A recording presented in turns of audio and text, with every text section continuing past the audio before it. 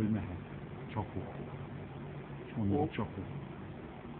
Mondja, hogy csapó volt. Na, jó estét kívánok, Bőti Róbert vagyok a Samsungból játéktanuló, és azt szeretném elmondani, hogy egy szellemi vízes történetet szeretnék elbeszélni. Úgy történik ez velem, hogy ott ültem az ácén, kezemet így összetettem, és elkezdtem koncentrálni arra, a tévére, az üres tévét kapcsoltam be a tévén, és elkezdtem erősen koncentrálni arra, hogy de könyvszálljanak. Ez össze is jött, ez sikerült ez a dolog nekem. Ezt nem nagy örömmel mondom ezt, mert nagyon milyen érintett engemet, belső lelkemet, szívem világát. Szót higgyék el nekem, kedves közönség. És egyszerűen azt akartam már, hogy ki belőlem ez a 3 élet.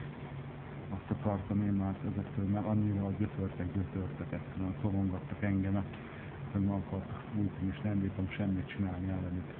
Már úgy éreztem, hogy legfősebben már a szüleim is tudták, édesanyám is.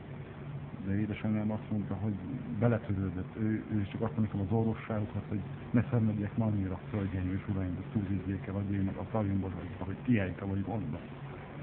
Úgy higgyék el nekem. És ez kb. 3 hétig tartott, nekem ez az állapot. A tükörbe belenézvén nem is saját magamat láttam, mondom, már föl se ismertem saját Bőti Róbertra, nem ismertem saját magamra.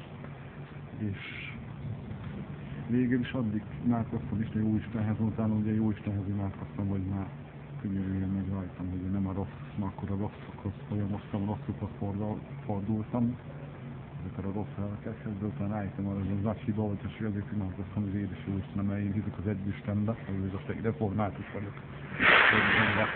vagyok. És végül is kiszálltak belőlem 3 nap, minden 3 élet, és fájdalommal járt. Azért úgy higgyék, hogy fájdalommal is járt, mert egy lélek ilyen kiszáll a testből, az megrázkodik az ember, olyan, mintha áram ütni az embert, tehát nem a 220 mondjuk, de hasonló jelenség ahhoz, ezt úgy higgyék el meg, hogy azt is, hogy ezt mondom. És ennyi végül is röviden. Többet nem tudok hozzámondani. Köszönöm szépen az interjút. Bőti Róbert voltam. Ez Színfalu Samsung RT. Szabadság tér 1-ről. És köszönöm szépen.